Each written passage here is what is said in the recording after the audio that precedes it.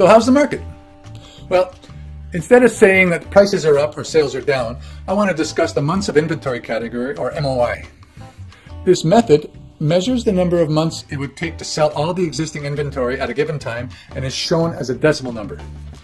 So if the MOI was 2.4, then it would take 2.4 months to sell all the inventory in a certain area based on the recent sales in the last 12 months. The assumption is that we're not adding any more homes or condos to the inventory during that period. A low number shows a seller's market. A high one shows buyer's market.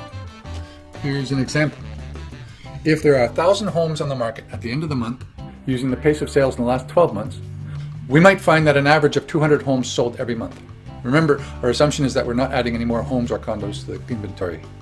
So we simply take the 1,000 homes we have and then divide it by the 200 homes that sell each month, and then we get 5 months of inventory. 1,000 divided by 200 equals 5 months. So how do months of inventory impact real estate clients? Well, it's often referred to when determining whether it's a seller's market or a buyer's market. So, for example, if there are 0 to 4 months of inventory, meaning that all the current listings can be expected to be sold within 4 months, it is considered a seller's market because houses are selling very quickly. In a seller's market, homeowners have the advantage because demand for property exceeds supply. If there are 5 to 8 months of inventory, it is considered a balanced market. Current listings aren't selling with multiple offers, but they're not staying on the market too long either. With 9 or more months inventory, we'd call it a buyer's market because houses are taking longer to sell. In the buyer's market, buyers have more negotiating power than sellers because the supply of listings exceeds the current demand for housing. So here's how some of this applies to the Toronto market. According to the Canadian Real Estate Association, or CREA, the MOI for detached homes in the area serviced by the Toronto Real Estate Board was just below 4 in the last quarter of 2017, still within the zone of a seller's market. Compare this to the height of the market in the first quarter of 2017 when the MOI was below 1. No wonder buyers were offering so much for the same homes at that time. In contrast, in the last quarter of 2008, remember when the economy took a dive influenced by the US mortgage crisis? The MOI was nearly 10. If we move way forward to the fourth quarter of 2017, the MOI for semi-detached homes was below 2 and condos was even lower. So we could break these numbers down into price categories in specific areas, but that's for another day.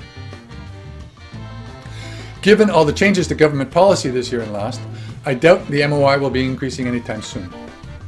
Too many people are on the fence whether to sell or buy, wondering which direction the market's going to go.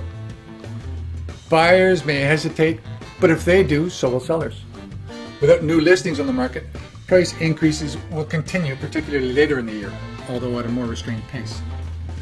Does that make it an appropriate time to buy or sell? Well, as a seller, the answer will depend on the type of house and area. I suggest you don't anticipate 14 offers on your property, but with this ongoing seller's market, you should still get a healthy price, provided the sale is well managed and widely promoted. Buyers, on the other hand, will have to overcome the new rules regarding mortgage qualification.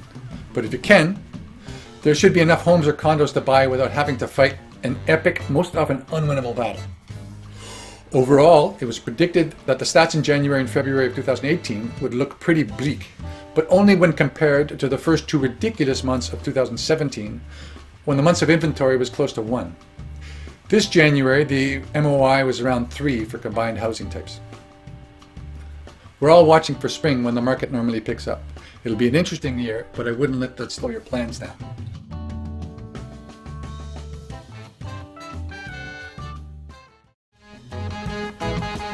Hopefully this video has answered most of your questions, but if not, send us an email, give us a call, or let's get together.